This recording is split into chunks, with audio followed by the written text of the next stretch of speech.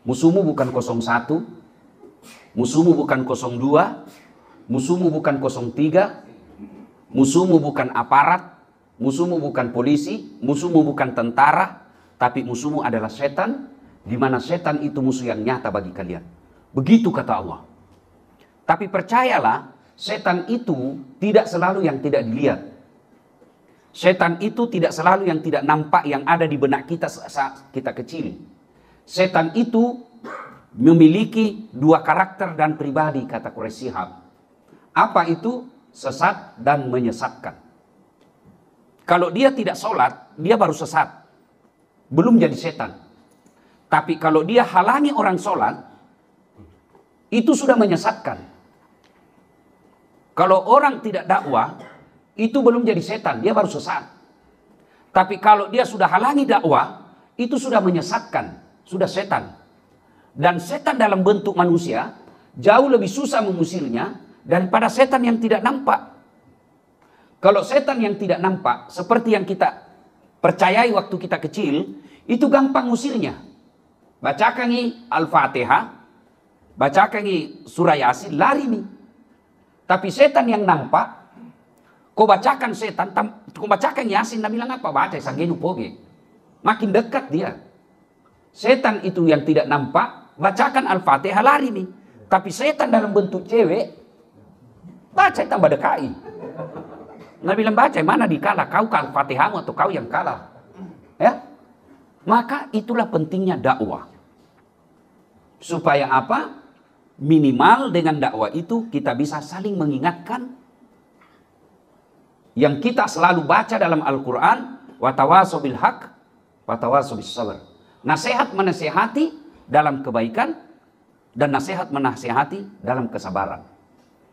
Maka kita senang kalau ada selalu acara-acara seperti ini. Yang kedua, bapak-bapak, kalau bercanda sama saya, kita dorong dadaku masih ketawa, Kak. Kita dorong saya punya perut masih senyum. Kita dorong saya punya belakang masih ketawa saya. Tapi jangan coba-coba dorong kepalaku. Toh? Coba langsung kita bercanda, langsung kita kasih gini kepalaku. Pak kira-kira ayat, payah. Mengamuk orang toh? Wih, pelan-pelan bos. Iya toh? Kenapa? Harga diri tubuh kita ini kepala. Alena beliau ulu. Tapi Pak Hayat kasih saya uang 10 juta. Alhamdulillah. Hoax. Contoh gini bu, toh? Nah kasih kak uang 10 juta, tapi pakai kaki. Kira-kira bagaimana perasaanku? Nah bilang, dasarnya 10 juta. Kira-kira bagaimana perasaanku pak? Saya pasti bilang, pelan-pelan pak ya. Biar semiskin yang kau hina kau. Kenapa? Kaki anggota tubuh paling hina. Tapi ketika kita sujud di hadapan Allah, coba ibu, ini kepala yang paling mulia, kaki yang paling hina. Allah bilang, saat kasih tunduk itu kepalamu. Alena beliau, itu kepalamu yang paling mulia, rendahkan serendah-rendah sehina-hinanya dengan kakimu. Kenapa? Kau berhadapan dengan saya, Tuhanmu. Itulah sebabnya kita katakan, Allahu Akbar. Ini puang malopo, iya ataka. Iko puang lo sompa, iya ataka puang. Maka heran tentunya, kalau ada orang rajin sholat tapi masih sombong. Heran tentunya kalau ada pejabat ngomongnya sombong dan takabur. Itulah sebabnya agama mengajarkan inna salata tanha anil fahsya'i wal munkar. Sholat itu mencegah kita dari perbuatan keji dan mungkar. Itulah sebabnya puncak dari penghambaan kepada Allah sholat. Kalau orang dagang, orang haji, boleh orang sambil dagang. Pak Hayat bawa jamaah pergi haji dan umroh. Dia titip rokok di kopernya jamaah. Masya Allah. Boleh dagang. Iya toh? Boleh orang haji lagi dagang, boleh. Bawa karpet pulang, jual boleh. Boleh enggak orang tawaf sambil nyanyi? Boleh. Coba orang tawaf itu banyak dilihat. Labbaik Allahumma labbaik, labbaik la syarika lak labbaik. Dia sambil nyanyi-nyanyi dia tawaf. Orang puasa boleh enggak sambil dagang? Boleh. Lagi tunggu buka puasa, tiba-tiba datang, "Oi, berapa gas?" "Ai naik gas hilang semua." Berapa nu? Minyak goreng. Beuh, ngambil semua caleg.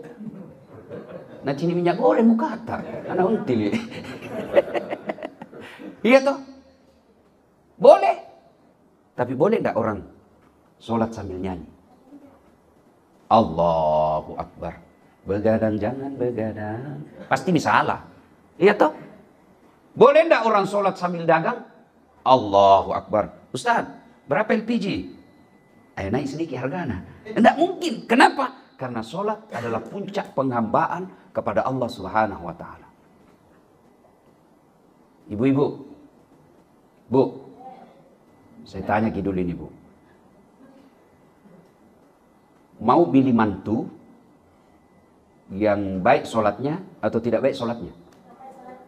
Nah, itu pintarnya ibu-ibu. Kalau bapak-bapak mau pilih mantu yang baik sholatnya atau tidak baik sholatnya? Pasti yang baik sholatnya. Milih mantu saja harus yang baik sholatnya. Apalagi milih presiden.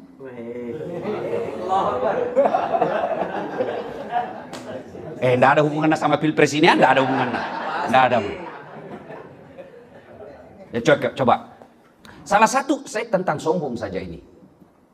Karena sombong itu sifat yang paling menyesatkan. Salah satu makhluk Allah yang Allah berikan kekuasaan, yang Allah berikan kekayaan, yang Allah berikan status sosial yang tinggi karena dia bangsawan, Fir'aun laknatullah alaih. Itu makhluk yang paling sombong di dunia, Fir'aun. Puncak kesombongannya, dia lantik dirinya menjadi Tuhan. Dia lantik dirinya jadi Tuhan karena sombongnya itu Fir'aun. Maka Allah utus. Jangan tak lewat-lewat. Jangan tak kabur. Jangan tempoh. Karena kekuasaan itu milikku, saya titip di sama kamu. Maka Allah utus siapa? Musa alaihissalam. Fir'aun waktu itu bikin dekrit. Perda. Kalau ada anak laki-laki lahir, bunuh. Karena menurut tim surveinya, bahaya ini keadaan, bisa kalah kita. Ya? Tolong buka hati dan pikiran. Tim surveinya Fir'aun sudah bilang, bahaya ini keadaan. Akhirnya Fir'aun bikin apa? Kepres. Dilarang hamil perempuan. Sudah menunjukkan otoriternya. Kalau ada yang terlanjur hamil, tunggui kalau dia lahir. Kalau dia laki-laki, anaknya bunuh hidup-hidup. Itu keputusannya Fir'aun. Akhirnya apa? Cemas, lahir Musa alaihissalam. Seolah-olah Allah ingin berkata, pasangke kedom Fir'aun. Pasangke kedommu. Iya, puamu. Allah tunjukkan. Fir'aun yang punya keputusan bunuh anak laki-laki. Justru Musa kecil mengalir dan masuk di pekarangan istananya Fir'aun. Mau dibunuh sama Fir'aun, datang istrinya. Ajak pak, ajak. Jangkit. Lama mau punya anak. Allah tunjukkan lagi kuasanya. Kalau perempuan ikut campur kekuasaan.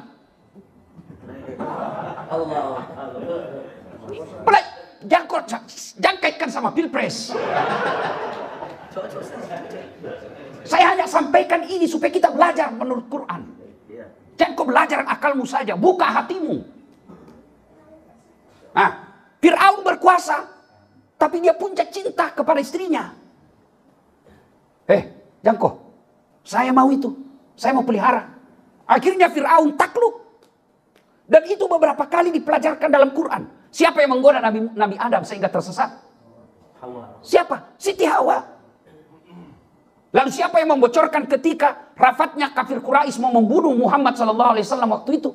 Keputusan Muhammad mau dibunuh. Jangan bocor ini rapat. Kalau ada yang bocorkan kita penggal. Siapa yang bocorkan hasil rapat? Ada bapak-bapak dia cerita sama istrinya. Makanya rahasia negara, jangan kau kasih tahu istrimu, bocor. Jauh buka pilpres, dah bukan ini. Sudah. Akhirnya Musa dibesarkan dalam lingkungan istananya Fir'aun. Bahasa kasarnya kita sekarang ini, anak angkat itu Nabi Musa. Lalu dilihat lingkungan istana, banyak tidak beres ini. Banyak tidak cocok ini. Musa alaihissalam, dia tinggalkan istana, lalu melakukan pembangkangan atau perlawanan. Apa dia berkhianat? Tidak. Apa dia Nabi Musa berkhianat kepada Fir'aun yang membesarkannya? Tidak. Tapi dia lihat ada yang tidak beres.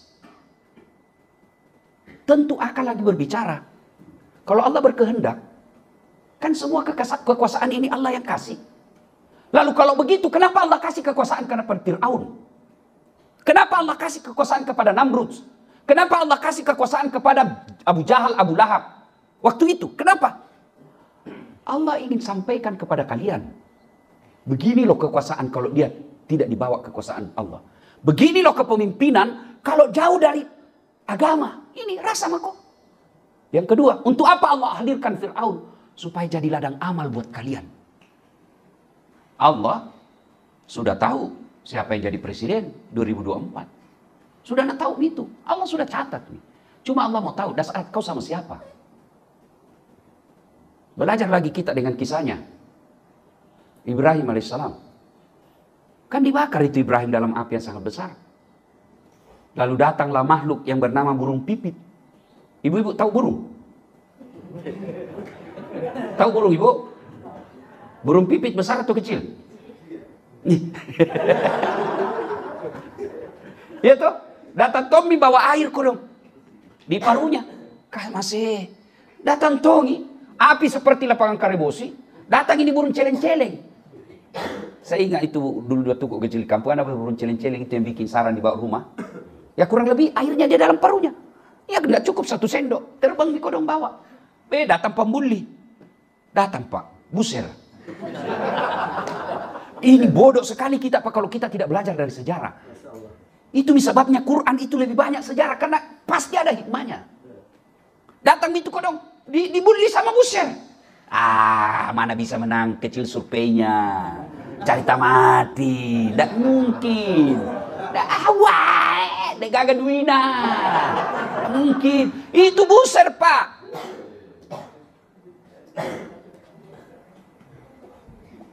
Lalu apa kata burung pipit? Kan bilang itu cicak. Toh? Mana bisa kau padamkan? Itu cicak dek. Lapangan api melopo baga. Ini kan masuk akal toh? Mana bisa? Logikanya iya. Tapi kita bagi orang beriman, dengar kata burung pipit. Saya tidak urus itu padam atau tidak. Bukan urusanku itu api mati atau tidak. Saya hanya ingin Allah tahu, saya bersama Ibrahim alaihissalam. Supaya nanti kalau mati Kak, jelas pertanyaannya. Saya bisa menjawab. Maka kekuasaan, kalau lepas dari ketawaduan, kerendahan hati, maka kekuasaan akan melahirkan orang-orang sombong. Dan kalau orang-orang sombong telah berkuasa, maka rakyatnya dianggap sesuatu yang hamba sahaya. Nah, itu gunanya orang sholat. Ya, sujud di hadapan Allah. Supaya apa? Kita tahu semua ini hanya titipan dari Allah Subhanahu wa taala.